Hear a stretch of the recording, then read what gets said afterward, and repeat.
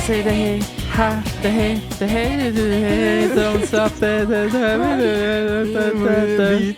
I say the hey, ha, the hey, das kannst du gar nicht richtig singen. Nein, das musst du auch nicht. Das weiss jeder, was welches Lied das gemeint ist. I say the hey. Und nachher... The hippie to the hippie, don't stop party, the beat. Irgendwie so ist es gegangen. Und mit diesem wunderschönen Gesingen begrüßen wir euch ganz herzlich zu der neuen Folge vom Pfuschcast. Wup, wup. Und wir müssen am Anfang uns direkt entschuldigen, weil es ist etwas vergessen gegangen. Ich weiss nicht einmal, ob es dir aufgefallen ist. Also so wie du jetzt fragst, in dem Fall haben wir den Post vergessen. Genau, auf Insta ist mal vergessen gegangen. Ja, nun. Aber die Zuschauerzahlen, also es hören uns Leute im Fall. Ah, wirklich? Also jetzt ohne Scheiß. Ja. Krass. Ja, dann herzlich willkommen an die Leute. Freut mich, dass ihr auch ohne Instagram hört. Genau, das ist richtig so. Ihr sind die wahren, die richtigen OGs. Die OGs. Ja, Mann, Alter, voll geil. Ich denke, muss gerade am Anfang noch schnell droppen. Ja, finde ich geil. Unsere Schluffigkeit da, ja. Wir sind der Pfuschcast. Wir sind der Pfuschcast, da wird gepusht. Da wird gepusht, das ist so. Push am Bau, immer gut. Voll. Ja. Wie geht's, wie steht's? Du, mir geht's eigentlich recht gut, muss ich sagen. Letzte Woche wieder so viel passiert, aber irgendwie weniger Sachen jetzt unbedingt für den Podcast. Aber ein kleines Nebenjobchen angefangen, so einfach so für das Sommerloch und so, ein bisschen Nebenjobchen. Ja, es ist spannend, das Leben geht voran. Ich weiss nicht, wie geht's dir? Ja, auch bei mir dicke Zeit. Ich bin ja letzte Woche ja noch schnell in die Ferien. Stimmt. Wir haben ja den Podcast einen Tag früher aufgenommen. Voll. Das wissen wir jetzt einfach, aber alle anderen nicht. Jetzt schon. Und ich bin am Donnerstag bin ich noch schnell auf Österreich bis am Samstag. Dort so in ein Wellness-Hotel mit meiner Familie, so ein bisschen auf entspannt, ein bisschen ausschlafen, ein bisschen bekochen lassen, einfach an den Tisch hocken und ein bisschen gemütlich. Ist so ein Wellness mit Hallenbad und so. Und Durchschnittsalter ist einfach so 70 plus. Ja, das kann man vorstellen. Alle kurz vor dem Abnippeln, aber irgendwie fühlst du dich so als 24-Jähriger gleich noch irgendwie ein bisschen speziell, wenn du dort bist, und das ist etwas Schönes. Ja, fix. Das ist ein bisschen Rentnerprogramm. Aber das tut jedem mal gut, würde ich sagen. Ja. Ja, aber es ist so. Aber geil, bist du in der Sauna gewesen? Nein, also dort irgendwie, ich weiss nicht, ich bin schon in Saunas und halt auch so Bluti-Saunas bin ich auch schon gewesen. Aber ich habe mich in diesem Hotel noch nie getraut, in die Sauna zu gehen. Ich weiss nicht wieso. Okay. Es gibt glaube ich, keinen richtigen Grund für das. Aber irgendwie, weil halt eben das Durchschnittsalter einfach Ü70, Ü75 oder so ist. Ich weiss nicht, wie schön dass der Anblick dort drin wäre. Ja, aber schwierig. Ich müsste es mal herausfinden. Also vielleicht würde mir das ja noch zusagen. Nein. ja, Gilf-Hunter. Oh Gott, ja. Oh Gott. Nein, aber gut, das verstehe ich schon irgendwie. Aber ich muss ehrlich sagen, wenn ich so jetzt denke, mit Alter, ich glaube, wenn alles 20-Jährige wären, wäre es mir eher unangenehmer, wieder... Wenn alles, also ich meine, die anderen sind mir eigentlich egal. So, es geht ja mehr darum, wenn nachher mit 10 hübschen Frauen in der Sauna hockst, ich weiss nicht, das wäre schon recht eine grosse Ablenkung oder sehr eine grosse Körperbeherrschung, sagen wir es so. Das heisst, dann lieber mit ein paar Alten, die gar nicht mehr weiss, was ist jetzt Brust und was ist Bauch. Das ist alles vermischt. Ja, irgendwann fusioniert sich das Zeug, weißt du? Ja, dann macht Gravitation ihren Job. Genau. Ja. Die Männer ziehen den Sack am Boden an und die Frauen die Brüste. Ja, so ist es. Was war das für ein Film? Das ist doch auch von dem Macher von Jackass, wo irgend so ein alter Opi... Ich glaube, das ist sogar im Jackass. Ist also im in der Jackass-Film. Der heisst irgendwie, sie nennen den irgendwie... Grandpa oder so? Ja, irgendwie... Ja, er hat also einen richtigen Namen und dann Grandpa hinten angeglaubt. Und der macht ja dann, der macht so richtig dummes Zeug. Ja. Also aber der kann auch Breakdance und das volle Programm. Ja, voll. Und der hat meistens eben so kurze Badhöschen an und dort schaut ihm der Sack unten raus, weil der so lampi Eier hat. Ja, das passt zu Jackass. Ja, Jackass ist... Sehr zu empfehlen, sehr zu empfehlen. Jackass, wirklich. Und vor allem, das ist auch eine geile Story hinter dem, weil die haben ja den ersten Film, den die gemacht haben, der Johnny Knoxville und so, so eine Gruppe zusammengestellt und die haben ja in diesen Filmen, es geht nur darum, einander zu zerstören und kaputt zu machen. Und am Anfang haben die gedacht, das ist der erste Film, die haben bei jedem Film das Gefühl, es sei der letzte. Und bei jedem Mal hat es wieder plötzlich nach einem Jahr das Telefon gegeben von Johnny Knoxville, du, machen wir nochmal einen Teil. Und ja, das hat ja, also mittlerweile gibt es ja auch so die Behind-the-Scenes-Filme. Also immer so 4.0 und nachher 4.5, immer Punkt 5 ist der Behind-the-Scenes, also wo noch Sachen drin sind, die nicht im normalen Film drin sind, was sie nicht geschafft haben. 3.5 das letzte gewesen? Ich habe gemeint 4.5. Hat es 4.5 gegeben? Ja. Habe ich gemeint, Okay. ja. Kann aber auch sein, dass es 3.5 ist. Es ist einfach immer die vollen Zahlen sind die Filme und die halben Zahlen sind so Extended Version mit Sachen, die nicht im Film geschafft haben. Wo er so ein bisschen mehr erzählt. Das ist schon spannend, das sind recht lustige Filme. Ja, und wenn ich so zurückdenke, das ist so genau so die Zeit gewesen, wo auch im Fernsehen so MTV und die andere Serie hat, glaube ich, Fist of Zen hat das, glaube ich, geheißen. Oh, das kann ich nicht. Sagt er es nicht? Nein, das sage ich nicht. Das musst du mal nachschauen. Okay. Fist of Zen. Ja, wenn ich an die Zeit denke ich an «Ups, die Pannenshow». Ja, und witzig, spritzig, die besten Werbeknoller der Welt. Witzig, spritzig. Ja.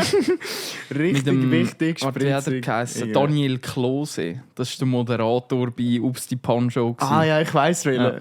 Ja. Die sind ja ist das A, eine Zahnbürste oder B, eine Klobürste? Rufen Sie jetzt an! Genau, da hat es immer die Frage gegeben. Ja, gibt es das echt heute noch? So dumme... Ich glaube es nicht, im Fall. Ich kann mir vorstellen, dass es heute noch gibt. Also ich habe jetzt auch noch keinen gesehen, aber...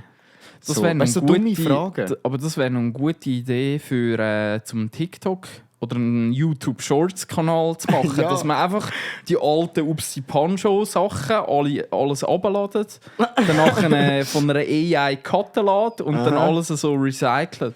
Ja, nur hast du recht nicht für die Videos. Das ist das Problem. Das stimmt. Dann nimmst du lieber Videos aus dem Internet. Gut, aber ich habe da, du kennst vielleicht Daily Dose of Internet, auch ein Hammerkanal. Der macht eigentlich nichts anderes, wie er beschreibt das selber so.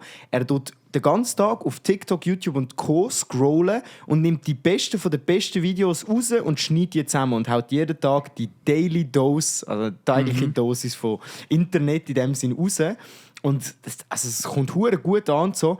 Der hat aber ein Interview gegeben, selbst er hat Probleme zum Teil mit diesen Lizenzen. Also die Videos gehören jemandem. Jeder hat irgendwie gemacht. Und wenn du das einfach postest, Geld verdienst, critical situation. Ja. Aber heutzutage, es juckt ja niemand. Das geht dann einfach irgendwie einen Monat und dann wird es wieder alles gesperrt. Und dann bekommst du, wenn du Pech hast, noch eine Anzeige. Und lohnt sich wahrscheinlich nicht. Aber es gibt viele, die das machen. Also so Zeug. Ja, aber funktioniert für einen kleinen Moment, aber das Thema Urheberrecht und so, das ist in unserer Branche sehr ein grosses Thema. Ja, es ist auch wichtig, dass es ein grosses Thema ist. Das ist schon so. Weil eben sonst könnte einfach jeder irgendetwas kommen und alle Videos von Instagram klauen und die einfach aufladen und am Ende des Tages sich in dem Sinn eine goldige Nase verdienen mit dem Leid der anderen Menschen. Also ja, von dem her ist es schon gut, dass es gerade dort ein bisschen geratcht wird und es ist ja hure viel möglich.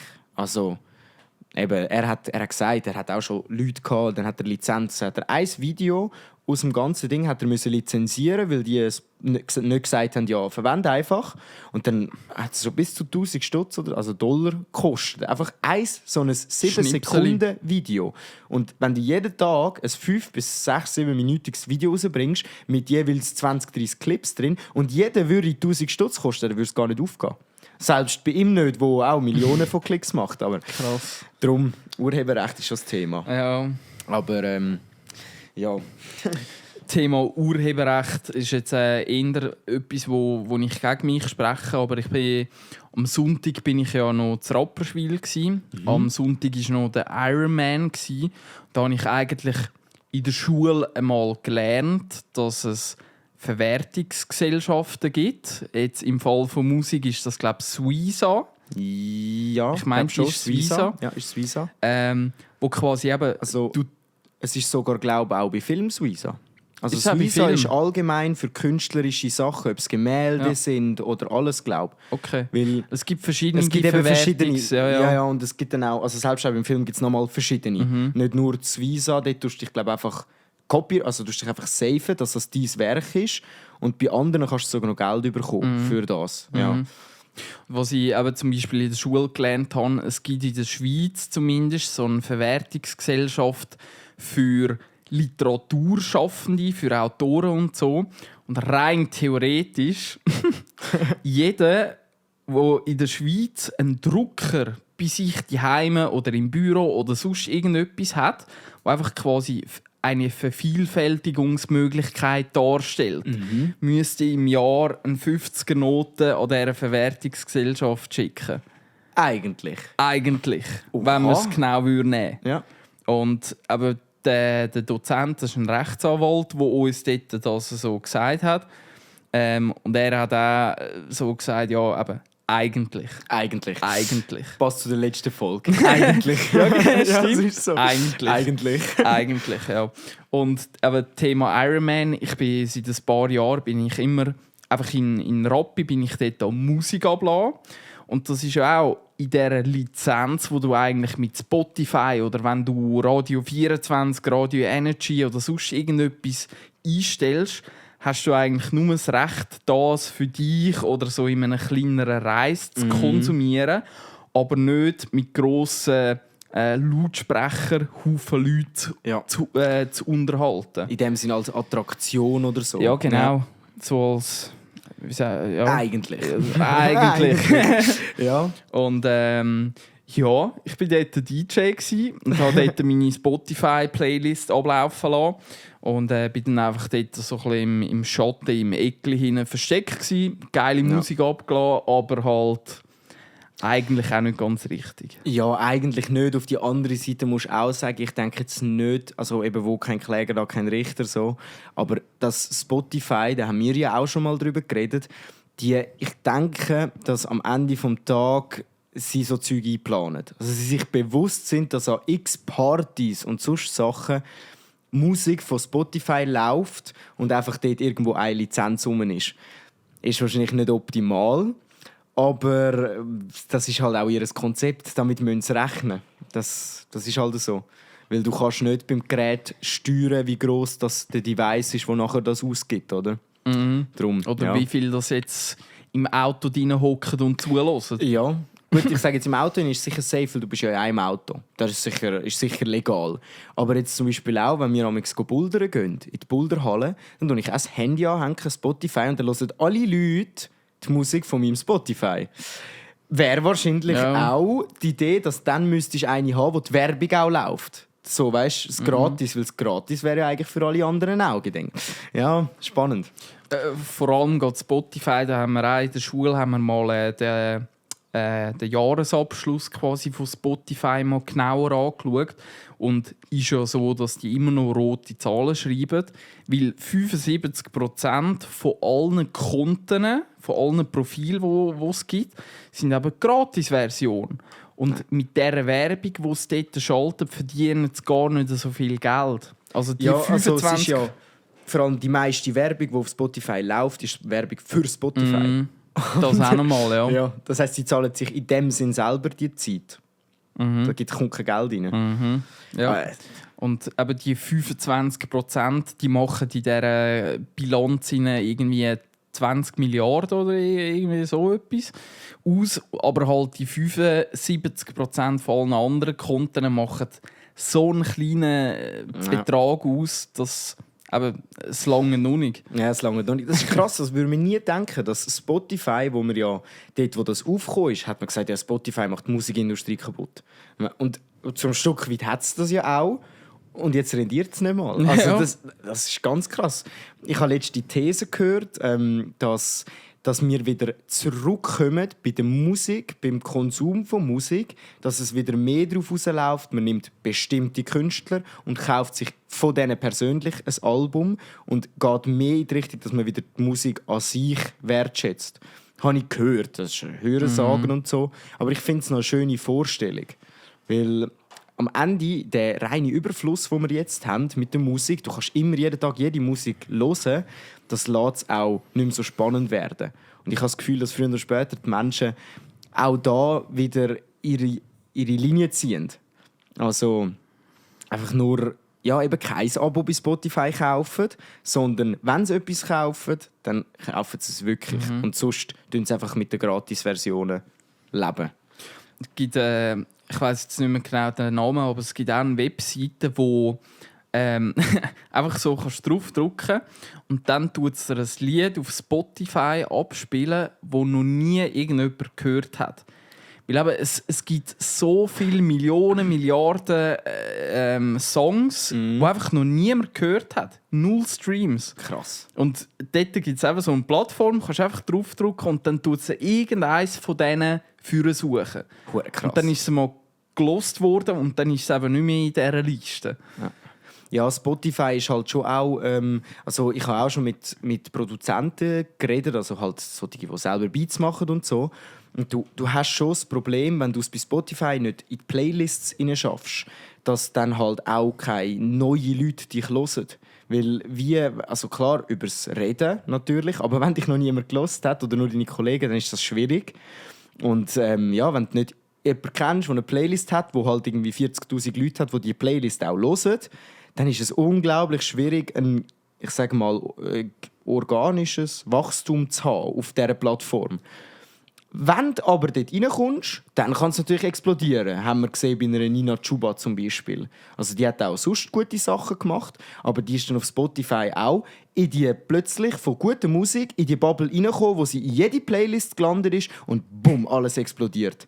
Das gleiche Ski Aguda jetzt mit dem Otto Walkes, mit Friesenjungen, das Lied. Die haben ja fast keine Promo gemacht für das Lied. Die haben, nachdem das Lied draussen war, haben sie angefangen, viel Promo zu machen.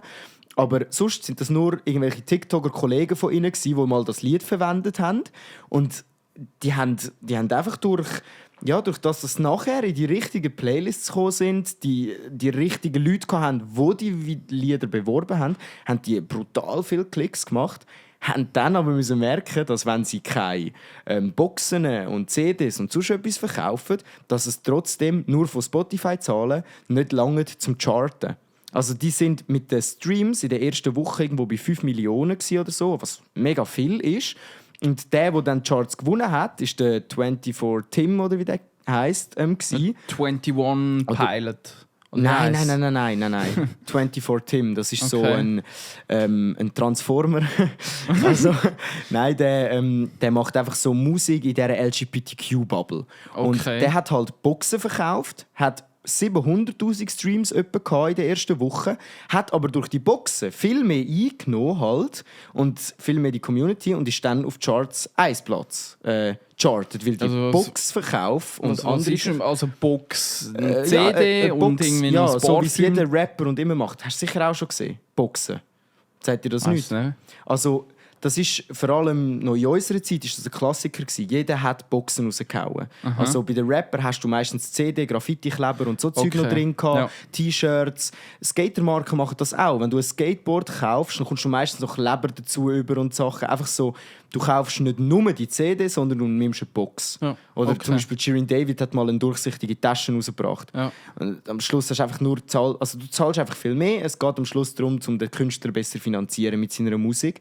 Und bei den Charts geht es halt um Einnahmen und nicht unbedingt um Beliebtheit und Streams. Und das kann fast nicht sein. Und das ist ein bisschen ins Gespräch gekommen, weil da ein Lied völlig gehypt wurde von allen, von den Jungen und so. Und nachher gewinnt einer, der einfach Boxen verkauft hat. Ja, voll. Darum eben so Spotify und Zeug und alles, es ist auch ein Business. Du musst am richtigen Ort die richtigen Sachen haben, damit du da raufkommst. Ja. Aber crazy. Müssen wir auch mal mit Pushcast so eine Box raushauen? Eine Pushcast-Box. Ein Pushcast. Und dann wenn wir uns mal überlegen, was in dieser Box alles drin wäre. Ja, ich schwöre, Alter, wir haben richtig dumme Ideen. Ein toller Deckel. Ja, das ist dann auch mal eine Geschichte. Ja, stimmt. Toller Deckel. Stimmt, das ist auch mal eine Geschichte. Aber da können wir noch ein bisschen warten mit dieser Story. Ich denke es auch, ja. Die warten wir noch zur gegebenen Zeit. Ja, voll. Und sonst können wir uns mal daran erinnern. Ja, genau. Voll. Vergessen tun wir sie sicher nicht. Das sicher nicht, nein. Ja. Und wo wir uns beide ein bisschen diese Woche auch, glaube ich, zum ersten Mal ein bisschen haben dürfen reinfuchsen, ist ins Arabische, ins Russische, ins Chinesische. Also vor allem so Arabisch, das Arabische. Ich finde das so crazy. Ja. Da haben wir im Moment gerade das Kundenprojekt. Müssen wir nicht genau sagen, wer und was und so, aber... ist nicht schwer herauszufinden, also wenn sie herausfinden, findet man es raus. Ja, aber... ist auch nicht wichtig. Aber dort ist eben genau der Fall, dass es nicht nur eine deutsche Webseite gibt, sondern auch noch eine englische, eine französische, eine russische, eine arabische und eine chinesische. Und eben vor allem das Arabische, das ist jetzt aber noch ein bisschen speziell, das wird von rechts nach links gelesen. Genau umgekehrt. Und darum, die ganze Webseite muss quasi wie einmal gespiegelt werden, damit das wieder für die Leute richtig aussieht.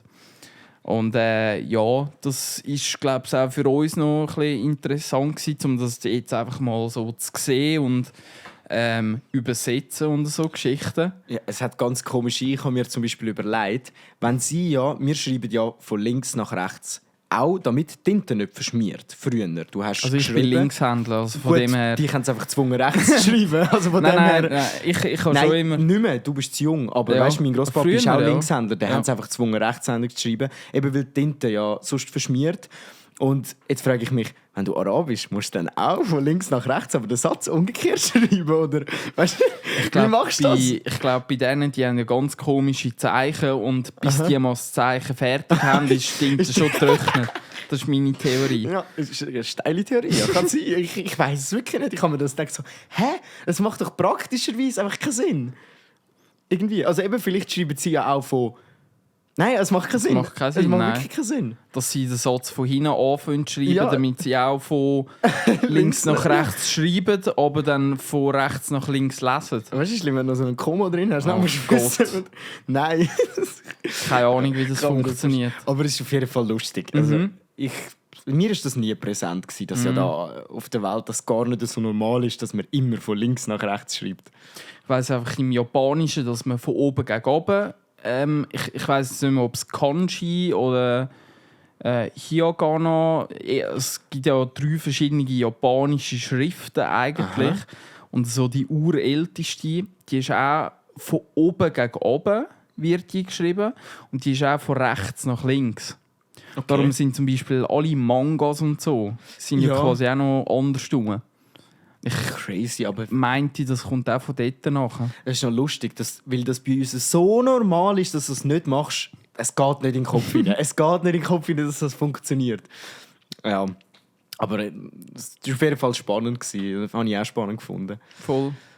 Ja, die Woche sind bei mir, ich bin noch an der Rakete gsi. Ich weiss nicht, wer es kennt vielleicht. In Richterswil ist jedes Jahr ist das Raketenfestival. Das ist eigentlich ein einfaches Techno-Festival. Du hast 2 Zelte, ein grosses und so ein kleines, es geht am Ufer. Und es ist noch cool, weil es ist halt eine mega lässige Location. Also die Leute, die es kennen, so am Horn in Richterswil, das Ganze ist abgesperrt und man kann sich das vorstellen wie so eine ganz kleine Halbinsel oder so eine Landzunge, die raus ins Wasser geht. Und das war geil. Der eine Kollege von denen, wo ich mitgegangen bin, ist noch mit dem Boot rausgekommen. Und dann haben wir vom Festivalgelände ins Wasser und dann aufs Boot überschwimmen. Dann denkst du ein bisschen Sünnele und so und dann wieder zurück. Es war wirklich lässig. Also kann ich empfehlen. Es ist ein cooles Festival. Wie es bei allen Festivals ist, es ist einfach sacketeuer. Es ist alles. Ich habe Köftespieß gegessen. Schweizer Variante vom Köftespieß, weil er Speck dran hatte. So, ja, und das ist wirklich schon lange, so ein 1,5 Meter Spieß gewesen, also schon gross. Und so ein Brötchen drauf. Hey, 16 Stutz habe ich gezahlt. Für so einen Spieß. Und irgendwie nach 5 Sekunden hast du den fast gegessen, weil das ist ja mehr Holz wieder Fleisch. Ja, aber sonst wirklich zu empfehlen. Was hat das Bier gekostet? Muss ehrlich sagen, ich habe gar nicht gekauft, sondern ich bin bekauft worden. Ich habe aber jemandem eben noch das Essen gezahlt, also voll. Aber ich denke auch, du hast so sicher irgendwie 7-8 Stutz ein Bier. Also, oder 6. Also auf jeden Fall auch gut Geld. Du hast, genau, es hat glaube 8 gekostet, aber du hast 2 Stutz Depot auf dem Becher. Ja. Das heisst, du hast immer Becher dingseln, sammeln. Und da haben wir uns auch überlegt, weil die liegen ja überall am Boden rum. Hey, du hättest einmal durchlaufen, 20 Stutz, locker. Minimum. Aber es macht ja keinen. Weil alle haben einfach, da siehst du wieder unsere Verschwendungsgesellschaft. Alle haben zu viel Geld. Alle rühren 2 Franken am Boden. Eigentlich. Also in Deutschland hast du ja den Pfand, da wäre Da wären nachher gerade, da würden sich Strassenpenner einschliessen, Ja. um dort Becher sammeln. Ich bin der Uwe und ich bin auch dabei. Genau solche. Ja, aber es war ein bisschen perplex, ein bisschen komisch gewesen, aber hat wirklich Freude gemacht. Pumpe voll gewesen. Ja, irgendwie haben alle jungen Frauen nur noch Netzli an. Ich weiss nicht, das ist irgendein neuer Trend, so wie ich es mitbekommen habe. Ich habe nichts dagegen. Müsste ich auch So. mal anschauen. Ja, also wir haben auch mit einer geredet, die auch so ein Netzli angehört hat. Und wir so, ja, ist das ein neuer Trend oder so? Und dann der Kollege noch so, ja, weißt du, wir unterstützen das, wir supporten das. Völlig, ja. Aber ich habe es noch witzig gefunden. Mal wieder etwas Neues gewesen. Ich war halt jetzt auch schon lange nicht mehr gewesen, also etwas. Ja. Also supporten im Sinne von Feminismus und Frauenpower, so in diesem Stil. Ja, nein, also ich habe nichts dagegen, wenn sich Frauen an Festivals freizügig anlegen. Das ist mehr so das. Also, ich meine, sie, die wir jetzt geredet haben, die macht das auch, weil sie ist eine starke junge Frau. Ich persönlich als Mann sehe dort nicht eine starke Frau, aber das muss jeder für sich selber wissen. Das machst du auch für dich selber, sagen sie zumindest. Gibt auch sicher solche. Aber ja, also ich weiss nicht, mir wäre es unwohl wahrscheinlich. Voll. Müsste es aber eigentlich auch, also sollte sie eigentlich nicht sein. Aber wenn ich mir jetzt vorstelle, ich müsste ja dann fast an eine schwule Party gehen, um so ein bisschen in den ähnlichen Punkt zu kommen wie eine Frau. Und wenn ich mir jetzt vorstelle, ich weiss, ich gehe an die Party und die meisten Single-Leute dort möchten mich haben. Ich weiss Du nicht, laufst mit einem ob Netzli ich dann rum. mit dem Netzli rumlaufen. Das ist so, weißt du, so immer nur gut zu erwarten in unserer Welt ist einfach ein bisschen naiv.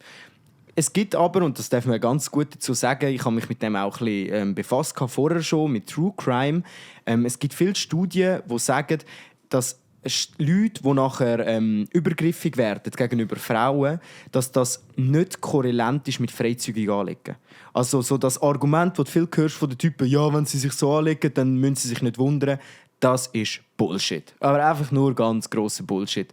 Weil, ja, wenn man sich ein bisschen mit dem befasst, merkt man auch, so Leute, die so Zeug machen, die haben andere Probleme, weder, oh, die sieht jetzt noch hübsch aus. Also, ja. Aber ich habe es auf jeden Fall lustig gefunden und habe mal wieder einen neuen Blick auf die Welt bekommen. Das ist, ja, hat wirklich Spass gemacht. Also ich glaube, so am Mittwoch hat es auch noch eine lustige Schlagzeile gegeben. Es ist ja auch so der Feministinnen-Tag oder irgendwie... ich weiss nicht mehr genau, was der offizielle Name von dem ist. Nein, es war LGBTQ Day oder einfach so der Pride Day oder so. Nein, ich meinte, speziell Feminismus okay, war am Mittwoch Thema gewesen. Und die haben ja überall, haben sie, glaube ich, auch ein bisschen Streiks und so Umzüge irgendwie so gemacht. Und das Geile habe ich dort gefunden, da hat es auch ein paar Politiker gegeben, vornehmlich von der SP und von den Grünen, männliche, die das supporten und gesagt haben, hey, wir möchten das unterstützen und wir laufen mit und so. Und dann haben die Männer quasi weggeschickt. Oh, was? Ihr dürft hier nicht mitlaufen. Der Tag gehört uns, das ist unser Recht. Nehmt uns das nicht noch weg. Oh nein, die Armen. Alter, die haben auch das Gefühl, man nimmt ihnen alles weg. Also, Ja. ich glaube, man muss ja nicht darüber diskutieren, so Themen sind wichtig anzugehen. Das ist eine Veränderung, die wichtig ist. Aber wenn ich dann höre, eben, der Mann will sich dafür einsetzen und die schicken ihn weg. Also ich meine, dann dreht er die Geschichte einfach um. Dann ändert er nichts. Dann wird er es einfach umdrehen. Nur, dass das wahrscheinlich nicht funktioniert. Also, ist ja eigentlich auch nicht das Ziel. Also, Nein, würde ich behaupten. Und eben das was ich aus diesen Medien vernehme, die ich konsumiere, aus dieser Ursprungsbewegung, eben Gleichstellung, Lohngleichheit, die Frau soll die gleichen Rechte bekommen wie der Mann, das ist ja ein anderes Thema, oder das ist jetzt wie ein bisschen in Vergessenheit geraten, und die Bewegungen, die man heute vermehrt wahrnimmt, das ist ja mehr, die Frau soll zuoberst oben sein, die Frau steht über allem, sie ist besser und so weiter. Und das geht ja nicht mehr an der Idee nachher, dass eine Gleichstellung vorherrschen soll. Genau. Zumindest aus meiner Wahrnehmung. Ja, also es ist eigentlich ist es ein bisschen das Gleiche wie bei den Klimakleber. Rein prinzipiell haben ja alle recht, wir müssen auf unser Klima aufpassen. Wir müssen schauen, was wir machen. Vor noch 100 Jahren haben wir riesige Chemie in die Meere verstreut, Scheissdreck. Ja, müssen wir nicht mehr machen. Ist ja gut, dass man Machen drauf wir schaut. immer noch. Ja, sicher, aber das ist ja das Problem, das muss man auch ändern. Nur ist es halt, wenn du dann den Schritt drüber gehst, dass es nicht mehr darum geht, hey, wir müssen das ändern, sondern es geht darum, den anderen zu sagen, du bist scheiße, ich bin gut, dann erreichst du niemanden. Und ja, also eben, es wäre eigentlich schön, wenn es... Ja, Extremismus gibt es in allen Seiten, alle Richtungen, und der ist auch nie... Zielführend. Nein, zielführend ist eben wirklich nicht. Also, ich glaube schon, dass da die Lösung eben der Diskurs, miteinander reden, Gespräche führen, diskutieren, Kompromiss finden. Klare Probleme benennen. Und nicht, wenn ich dann, also klar, da gibt es auch wieder anders, aber dann schaust du Interviews an, wo einer halt kritisch gegen das steht, natürlich auch nicht unbedingt fördernd, weil die einfach die andere Seite beführen. Aber nachher stehen sie so eine Demo, wo eine oder so steht und voll schreit, und dann fragt er, in welchem Punkt habe ich dich als Mann benachteiligt? Und sie fragt nur, meinst du das ernst? Und er, ja, was? Und dann sie, ja, das ist doch klar. Sie hätte es nicht sagen. Also, ist ja voll okay, wenn etwas ist, aber wenn dann... Also nein, ich verstehe das dann wirklich nicht mehr. Dann muss ich wirklich sagen, hey, die hat das Gefühl, sie wird benachteiligt, weiss aber eigentlich gar nicht, wieso. Und es gibt Leute, die benachteiligt werden. Es gibt Frauen, die unter dem leiden. Es gibt auch Rassismus und auch struktureller Rassismus, auch in der Schweiz. Aber durchs Angehen und einfach auf jeden weißen Mann, alte Mann zu zeigen und zu sagen, du bist falsch, das bringt einfach niemandem etwas, weil wenn nur die weißen alten Männer das machen würden, dann wäre es nicht so. Es gibt nämlich noch ganz viele andere Menschen in diesem Land. Und darum, ja, es ist wirklich manchmal ein bisschen zu fronty. No. Aber am Raketen hast du auch nichts von dem gemerkt. Weißt, überall Güssel und Zeug und es interessiert kein Mensch. Und auf der anderen Seite stehen dann alle an und machen eins auf keine Ahnung was und Zeug. Und ja, ich weiss nicht. Oder? Ist aber auch, das haben wir ja auch schon ein paar Mal im Podcast erwähnt, aber die Scheinheiligkeit. Ja. Und da dürfen wir und soll man die Augen nicht zumachen, sondern wir sind auch ein Teil von diesem scheiß Problem. Ja, alle und sind... an dem können wir wahrscheinlich auch nichts ändern. Ja, du kannst so viel ändern, dass du deinen eigenen Umgang änderst. Also, wenn du bei dir merkst, hey, ich benachteilige Frauen oder meine Kollegen, ich weiss auch nicht, da fängt es ja schon an. Ich bin nicht erzogen worden und aufgewachsen, dass Frauen irgendwie weniger Wert haben. Ich bin aber auch nicht blind durch die Schule gegangen. Und bei uns im Sport hat es einfach mehr Männer gegeben, die gut waren. Und so Zeug, das ist nicht, weil ich das Gefühl habe, Frauen sind schlechter. Gar nicht. Ich habe schon Frauen erlebt, auch meine Ex-Freundin, die war 100-mal sportlicher als ich. Also, und sicher auch genug stark. Also, nicht stärker, aber... Weißt du, wie ich meine? Und dann denke ich mir also in meinem Kopf nicht. Und dann kommen plötzlich Leute und werfen dir das direkt vor, weil du der bist, wo du bist, dass du das ja musst sein. So diskriminierend oder etwas. Und da machst du das Leben selber schwer am Schluss. Weil wenn du das Gefühl hast, dass alle aussen dran dich diskriminieren, dann wirst du das auch so empfinden. Egal, was sie sagen. Denn wenn sie dich nur kritisieren, dann wirst du es empfinden, dass sie dich ohne Grund kritisieren und es eigentlich nur ein Ding ist. Ja. Ja, und aber der schwierigste Punkt an dieser ganzen Geschichte, mit so Leuten kann man aber nicht reden. Die lassen irgendwann einfach den Laden runter und verschliessen sich, hey, du bist das Problem, weißt du was? Überleg dir zuerst selber, tu vor deiner Haustür zuerst und nachher kommst du wieder. Irgendwie so ein bisschen in diesem Stil. Und ich finde, wenn ich auch meinen Grosseltern und so zuhöre, wie man früher ein Problem miteinander gelöst hat, dann haben wir sich zuerst mal die Rinde eingeschlagen und danach hat man einander gleich irgendwie noch mal ein bisschen aufgeräppelt und den anderen noch heimgebracht oder irgendwie so. Und am nächsten Tag ist man wieder zusammen ein Bier saufen und dann war es gut gewesen. Ja. Und einfach so das miteinander Gespräche führen, Kritik zulassen, argumentieren. So die ganzen Geschichten, die sind in unserer schnelllebigen TikTok 3 Sekunden Aufmerksamkeitsspanne-Welt einfach nicht mehr vorhanden. Ja, es wird halt auch mega schnell ein Täter gemacht oder gesucht. Also wir haben ja jetzt, müssen wir eigentlich auch nicht viel dazu sagen, aber die Rammstein-Thematik ist ja momentan total riesig in den Medien und alle reden darüber. Das Einzige, was man machen kann, ist offizielle Stellen schauen. Und ich weiss es nicht, das Landgericht Essen oder so, wo da zuständig war für die Anklage, tut kein Anzeiger heben, weil die Beweise und Aussagen nicht genug sind. Und bei uns ist es ja wirklich so, es ist erst jemand schuldig, wenn er von ein Rechtsurteil durch einen Prozess ist und dort schuldig gesprochen wird. Und solange gilt Unschuldsvermutung. Genau, gilt Unschuldsvermutung.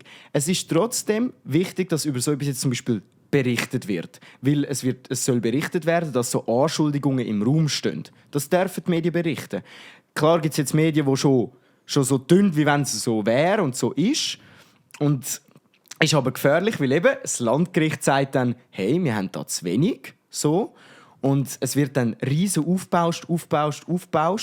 Und am Schluss ist jemand schuldig, schon in der Gesellschaft, ohne dass er eigentlich mal schuldig gesprochen worden ist. Und das darf man nicht vergessen. Also, gerade wenn man Rammstein anschaut, also, ich sage jetzt mal so, grundsätzlich, wenn das wirklich so ist, dass das System ist, Frauen manipulieren, um ihm als Bumspartner zuzuführen, dann ist das ganz schlimm. Und dann muss man aufpassen, dann muss man das bestrafen und muss man schauen, dass das nicht mehr passieren kann. Aber dass es Künstler gibt, die Groupies in ihren Crowds auf die Aftershow-Party holen, weil sie vielleicht nicht mit denen einfach nur ein Gespräch führen wollen, da muss man schon auch sagen, du als junge Frau, die da gefragt wirst, noch an die Party eingeladen zu werden, überleg doch mal, dass sie dich vielleicht nicht nehmen, weil du so ein supergeiler Mensch bist, wenn sie dich seit 3 Sekunden kennen. Sondern es ist nie am Opfer seine Schuld. Gar nicht. Aber in unserer Welt einfach so rumzulaufen mit «Ja, aber», das funktioniert halt auch irgendwie einfach nicht. Es soll wirklich keine Entschuldigung sein, dass, wenn das systemisch ist das falsch. Und dann können auch die Frauen nicht dafür, weil sie sind manipuliert worden. Aber wenn du einfach ohne Grund irgendwo eingeladen wirst und es nicht anbringst, dir zu überlegen, will ich das oder will ich das nicht, ohne zu wissen, was. Und wenn sie dir das nicht sagen wollen, dann gang nicht. Aber einfach sagen, ja, alle anderen sind schuld und ich habe ja nur als Gute geglaubt vom Mensch. Schwierig. Ist auch schwierig. Ja, und vor dem Recht steht da jeder gleich. Das ist ja die Justitia, die da mit Bandagen so die Augen zu hat und mit der Waage, ja. Genau, mit in der anderen Hand das Schwert irgendwie. Ja, aber vor dem Gericht ist jeder gleich. Ja, sie hat auf der Waage hat sie eine Feder und einen Stein, glaube ich. Und die Feder und der Stein sind gleich schwer. Irgendwie so ist es, glaube ich. Also, so genau. Nein, ich kann das ändern. Das ist nur ein Blick aus meinem Kopf. Kann auch sein, dass es komplett falsch ist. Also. Aber vor dem Gericht soll jeder gleich sein. Und das ist ja genau der richtige Ding. Und ich glaube, jemand, der mir auch gleichzeitig ein bisschen konsumiert, der hat eben auch berichtet, in Deutschland gibt es jeden Tag 2 Gruppenvergewaltigungen. Ja. Und von denen kannst du nie irgendetwas in der Presse lesen. Ja. Also, und das kann jeder nachschauen. Also das sind keine erfundenen Zahlen. Das ist etwas, das steigt. In Deutschland jetzt gerade. In der Schweiz weiss ich das nicht. Aber er hat das, ich glaube, wir haben dort das Gleiche gehört. Er hat das wirklich gut gesagt. Sie könnten, wenn sie das zum Thema machen, könnten sie jeden Tag schreiben, wie schlimm das alle sind und dies und das. Nur macht das ja kein Mensch. Und wenn dann halt so Vorwürfe erhoben werden, dann wird er schon fast schuldig gesprochen von den Medien. Ja, und also, nein, ich weiß auch nicht ganz. Das ist ein bisschen schwierig, weil eben, dass Künstler Groupies wegflanken, ist ein Geheimnis. Also das ist ja, nein, das ist ja wirklich überall so. Also so dumm es tönt, aber selbst ich, als ich TikTok-Videos gemacht habe und keine Follower hatte, hatte Frauen, die mich angeschrieben haben, «Hey, wenn nicht das, ich finde dich geil» und dies und das da. Wenn du so etwas machst im Internet, die Leute vergessen, dass du auch ein Mensch bist und sehen dich nur noch irgendwo auf einem Podest oben. Obwohl du das selber gar nicht so siehst, zum Beispiel. Und ich sage jetzt klar, auch stell dir vor, du bist ein Rammstein oder so, der seit Jahren so bekannt ist, über die Landesgrenze hinaus, international mit Musik. Das ist die erfolgreichste Band, die Deutschland hat. Wenn nicht seit immer. Also, dann hast du das Gefühl, ja, jeder will mit dir schlafen. Also kann ich mir vorstellen, weil es halt auch jedem jedem Konzert Leute hat, die das wirklich wollen. Und nachher kann ich mir auch vorstellen, dass er dann sagt, ja, sammeln die zusammen. Und der springende Punkt ist wirklich die Manipulation und die K.O.-Tropfen, die vorgeworfen werden. Aber diese Vorwürfe sind von jedem ein bisschen anders, ein bisschen Vermutung, ein bisschen dies und das. Und darum hat doch auch kein Gericht ein Ding genommen. Weil die Erste, die das ja losgetreten hat, die redet ja vor dem Diskurs. Die redet nicht davon, dass er sie einfach gezwungen hat. Und dass es in dem Moment, wenn du bei so einem Weltstar bist, dass du dort nicht ganz dich selber bist und vielleicht Sachen machst, die du nicht willst, das kannst du nicht unbedingt als Schuld von ihm oder Schuld von dir sagen. Das ist auch einfach eine spezielle Situation. Aber ja, ich glaube, ja, da müssen wir einfach abwarten, was da. Ja. Also es ist ja jetzt genau die Aufgabe von der Justiz, da herauszufinden, was ist da genau passiert, ist da Zeug rum gewesen, ist da genötigt worden. Ja. Und im Moment können wir auch einfach nur mal unseren Senf dazugeben und definitiv. Und nicht urteilen. Nein, das gar ist nicht unsere und Aufgabe. Das Ding ist, ich feiere ihre Musik, aber das hat nichts mit der Privatperson zu tun, grundsätzlich. Und da kommen eben auch viele und sagen, ja, weißt, die machen so brutale Musik, ist ja klar, dass sie das machen. Hey, hallo? Wir haben eine Kunstfigur und wir haben eine Privatperson. Und wenn du die Trennung nicht machen kannst, dann bist du selber schuld. Das funktioniert einfach nicht. Du kannst nicht angehen, nur weil irgendein Gangster-Rapper Gangster-Videos macht und sagen, du bist kriminell, ich beweise es dir in deinem Kunstwerk dort. Sieht das aus, du hast dort eine Waffe in der Hand. Also musst du ja ein Mörder sein. Das geht einfach nicht auf. Und darum, ja, ich bin gespannt, was das Gericht sagt. Und wenn das wirklich so ist, dann hoffentlich werden die richtig bestraft. Und wirklich richtig. Aber da kennen wir unsere Kuscheljustiz ja. Ja. Mal gucken.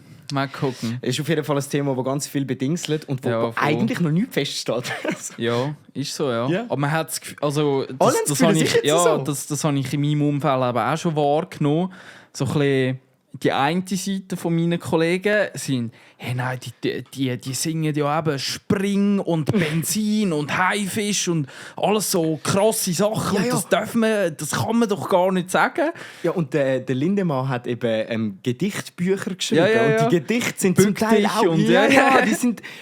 Böse ist das. Ja, natürlich. Ja. Aber das ist halt Kunst. Und wenn es dir nicht gefällt, dann gefällt es dir nicht. Das ist Kunst, die zu weit geht. Aber... Ja. Aber da kannst du jeden Zweiten Weltkriegsfilm, wo von den Amis irgendwie der Soldat James Ryan und das ist ja auch hure krass und blablabla. Aber das ist ja auch, eben, du musst an dieser unverblümten Wahrheit musst du auch ins Gesicht schauen und sagen, hey, Zweiter Weltkrieg, das ist nicht schön gewesen, das ist so. Und für das haben wir die Kunstfreiheit. Dass du eben in der Kunst darfst du Sachen sagen, machen, die nichts mit dem Gesetz zu tun haben. Und das ist wichtig, dass es so bleibt. Wir können jetzt nicht einfach angehen und jeden, der irgendwie böse Musik macht, verurteilen, wenn plötzlich irgendeiner kommt und sagt, ja, der hat mal etwas Böses gemacht und dann, ja stimmt, der macht ja böse Musik. We got you. Nein, also... Du könntest ja jeder Deutsch-Rapper, der über Drogen und sonst irgendwie rappt. Du könntest auch alles. Selbst Politiker zum Beispiel. Es ist auch eine politische Person und eine Privatperson. Wenn ein Politiker seine Meinung politisch vertritt, heisst das nicht, dass er in seinem Privatleben genau so lebt. Weil es sind zwei andere Sachen.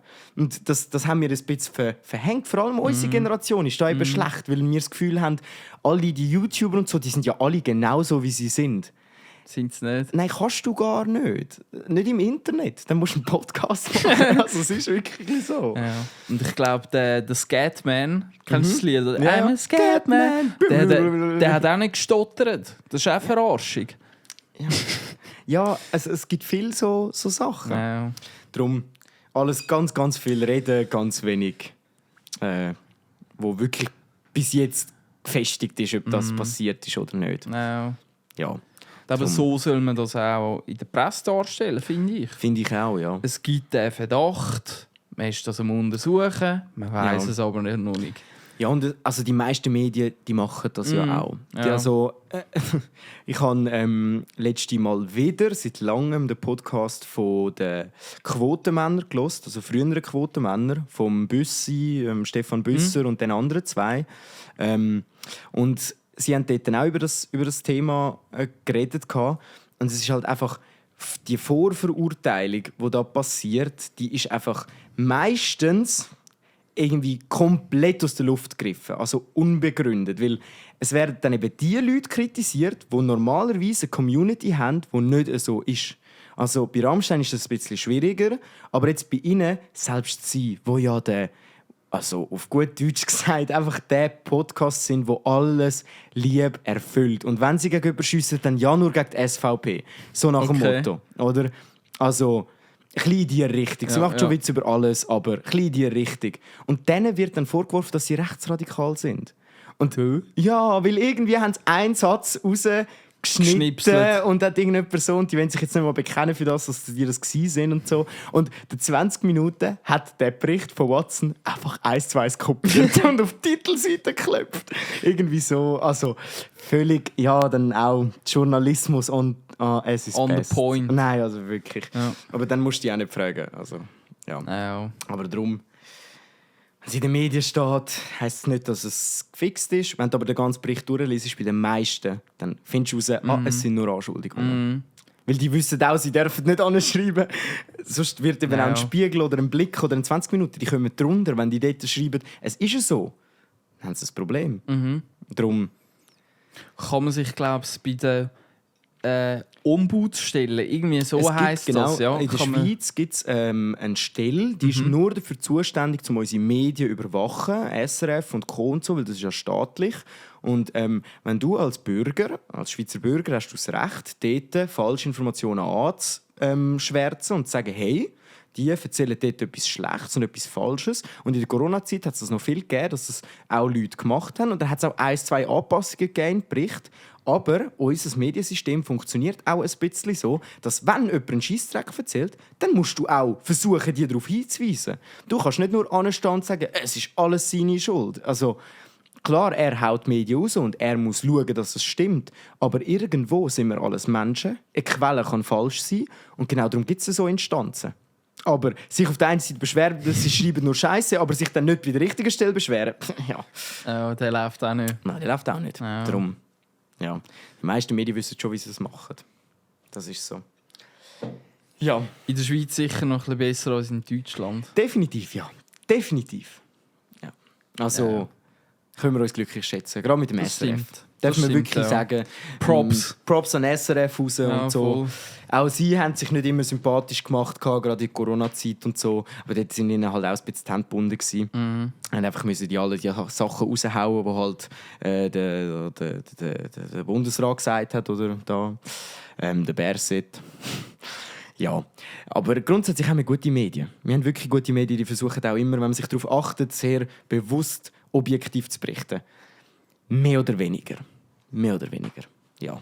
Aber du, was erwartest, Menschen sind nicht objektiv. Sind sie nie. Auch wenn wir da reden, das ist so subjektiv. Ja. Subjektiver geht es gar nicht. Aber es ist ja auch okay. Es ist dann ja auch eine Meinung und kein Fakt.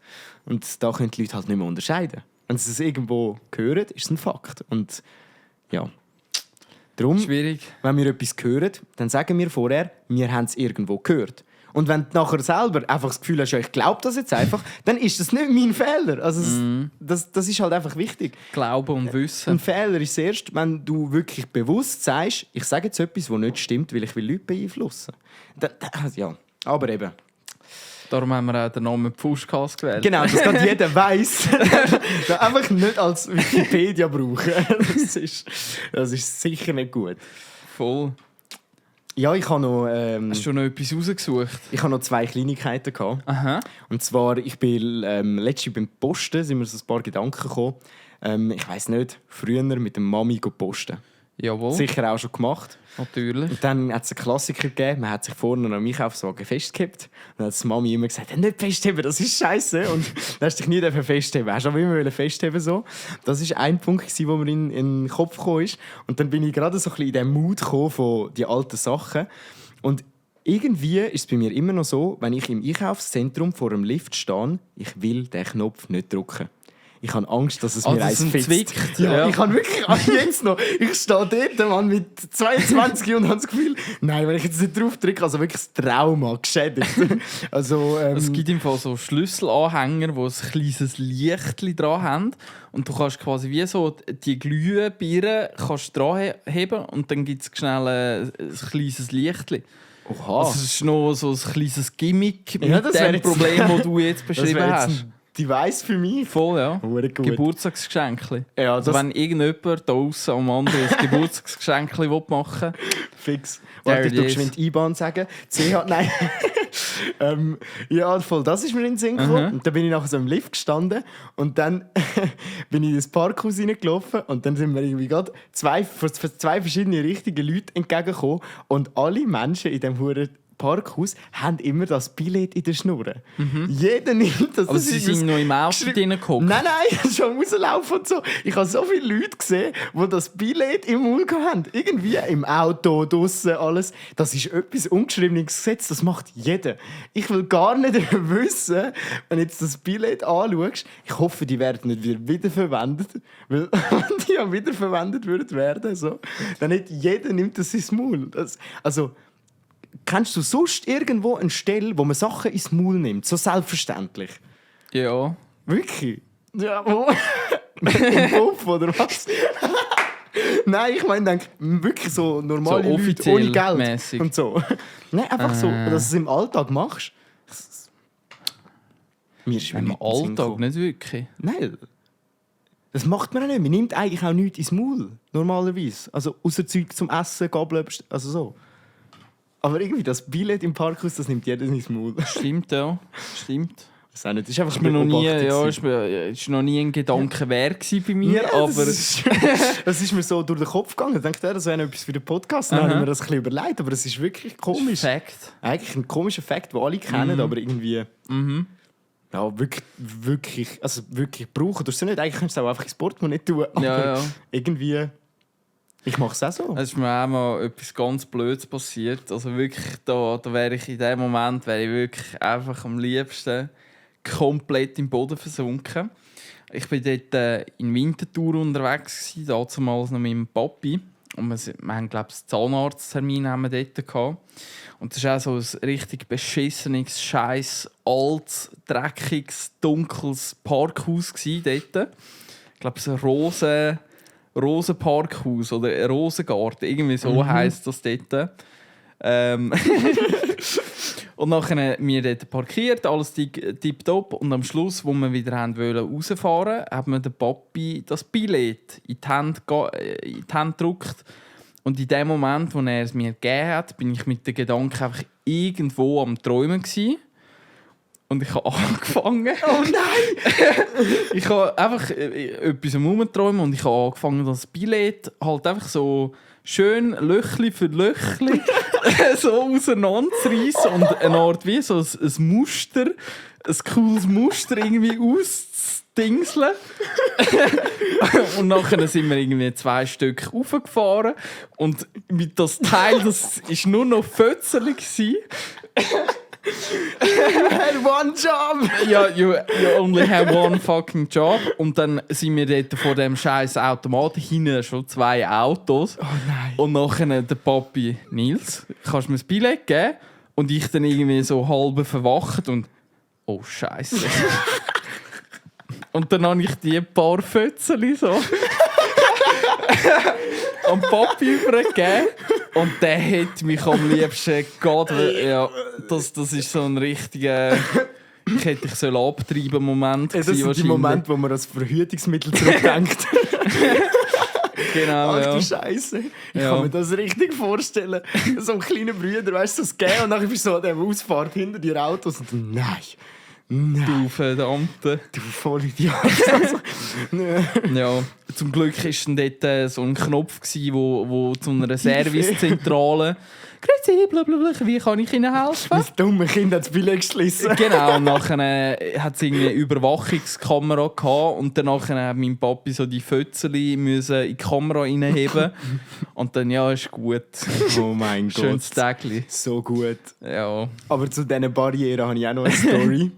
Da ist ein Kollege von mir, der war im Ausgang in ihrem Dorf. Ich sage jetzt am besten nicht wo und dies und das, weil ja, ist immer blöd. Und die sind reingefahren ins Parkhaus und dann, als er zurückgekommen ist, hat er gemerkt, ja Scheiße, kein Billett mehr, oder? Und dann ist es ja so, dass du kommst nicht mehr raus. Und dann hat er dort Hilfe gedrückt. Da war keiner rum. Irgendwie morgen um 3 Uhr. In einem Parkhaus war niemand rum. Und dann hat er dort nachher gewartet. Und hat gewartet, bis ein anderer gekommen ist. Und der ist dann ist zuerst reingefahren an die Barriere, hat das Billett rausgelassen, ist wieder rückwärts zurückgefahren, hat gewartet und ist wieder vorgefahren, hat nochmals das Billett rausgelassen und hat ihm eins dann gegeben. Und dann konnte er gratis rausfahren. Scheiße. Ja. Eigentlich voll simpel. Also, das hast du jetzt nicht im Podcast gesagt? Nein, nicht gesagt. Aber eigentlich voll simpel. Plus, wenn ihr ein kleines Auto habt, heutzutage nicht mehr so oft, aber es gibt Parkhäuser, das war der gleiche Kollege, kannst an den Schranken vorbeifahren. Ja. Was? Er ist an den Schranken vorbeigefahren, hat vorbeigepasst. Ja. Auf also der Seite das so. irgendwie ein Smart gewesen? Ja, einfach ein Subi. Also es ist ein normales Auto. Er konnte vorbeifahren. Da müssen wir schon ein bisschen durchmanövrieren, aber er konnte vorbeifahren. Krass. Ja, völlig eins zu viel. Was ich glaube schon gesehen habe, dass 2 Autos so nah beieinander quasi sind, dass das irgendwie wie so zusammen als eins durchgegangen ist. Ja, das Problem, die Gefahr ist, wenn es dann schnell runterkommt, dass sie abbrichst und dann ist nicht mehr mit wegfahren, dann ist es blöd. Sonst ist es nachher noch Fahrerflucht wegen Unfallflucht oder so.